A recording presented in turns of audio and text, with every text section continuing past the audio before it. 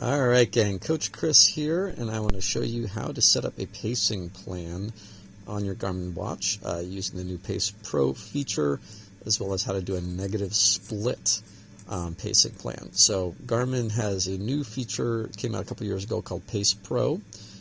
They also have something new called timing gates, so I'm going to cover a little bit of both.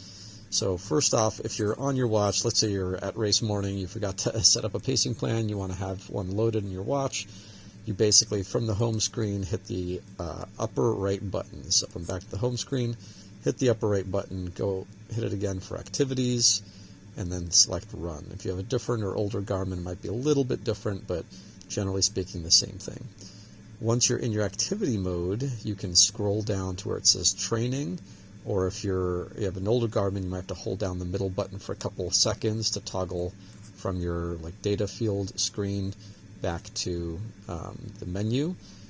But on the menu, you go to training, and then you scroll down. You should have, if you have a newer Garmin or one that's compatible, you should have this feature called PacePro Plans. You can select that, and then if you have a course loaded, or if you have a PacePro plan already, you can just select it here. But if you don't, go to Create New, and then from here you can select a course. So if you have the course on your watch, and we'll cover that. If you don't have it, I'll show you how to get one.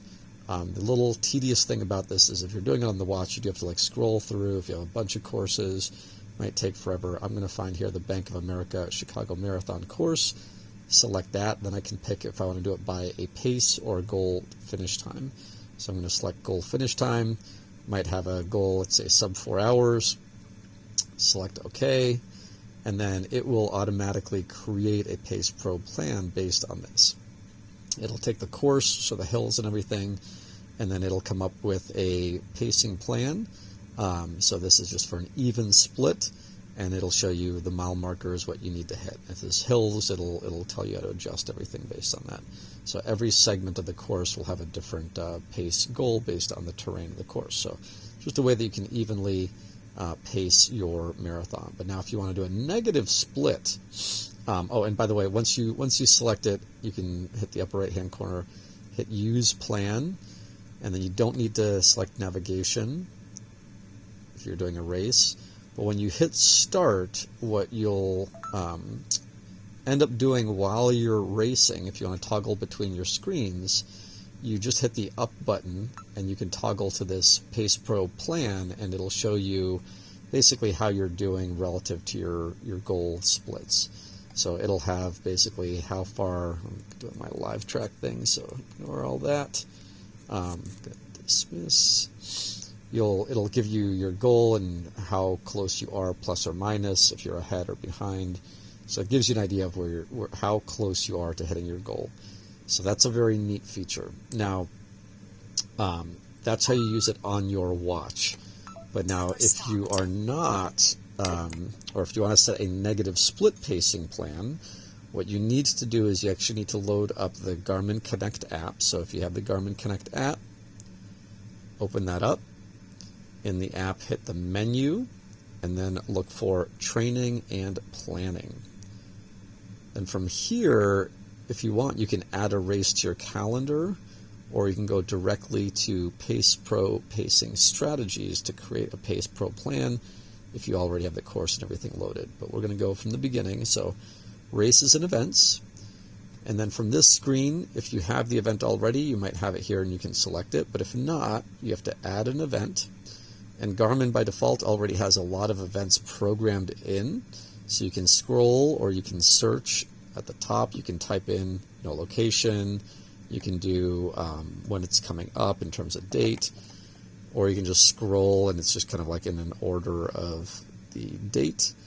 And what you want to look for is the one that's an official event. So if you're doing the Chicago Marathon, select the official Chicago Marathon. Then from here, you can add this event to your calendar. And one thing, if you want to see that new timing gates feature that I talked about, you tap on course, and then you want to swipe up from the bottom. And as you scroll down, you'll see this on here. It's auto lap by timing gates.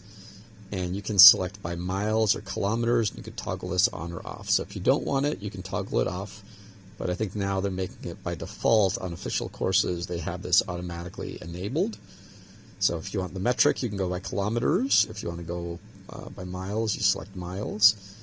But what this does is, and it explains it here on the bottom, it will basically have the predetermined location of where the correct mile markers are, and your watch will automatically adjust as you're going, so the timing will line up. If you have trouble with GPS signals, like Chicago Marathon, you're underground for the first couple miles, your GPS will usually be off by a little bit, especially in the beginning, and that can kind of throw you off. So this helps to alleviate that. It should automatically update as you're running to get you the most accurate splits possible. So it's a cool new feature. You can also, on the bottom here, add a PacePro strategy. So we're going to tap on that. Now we can select a time goal or a pace goal, and then hit next. And then from here, you can scroll down, and this is kind of the neat feature. You can pick what type of pacing strategy you want to have. Do you want to have a positive split or negative split? By default, it goes pretty much even, but if I want to do a negative split, I might change this a little bit. So if I want to do like a 9-minute mile average, I might want to start out at a 9:30 pace and then build towards an 8:30 pace, just to have that slight negative split goal. You can also decide if you want to go easier on the hills or harder on the hills. I like to go easier on the hills. And then as you scroll down, you'll see it'll have the split time, the cumulative time, and every basic split for every mile marker.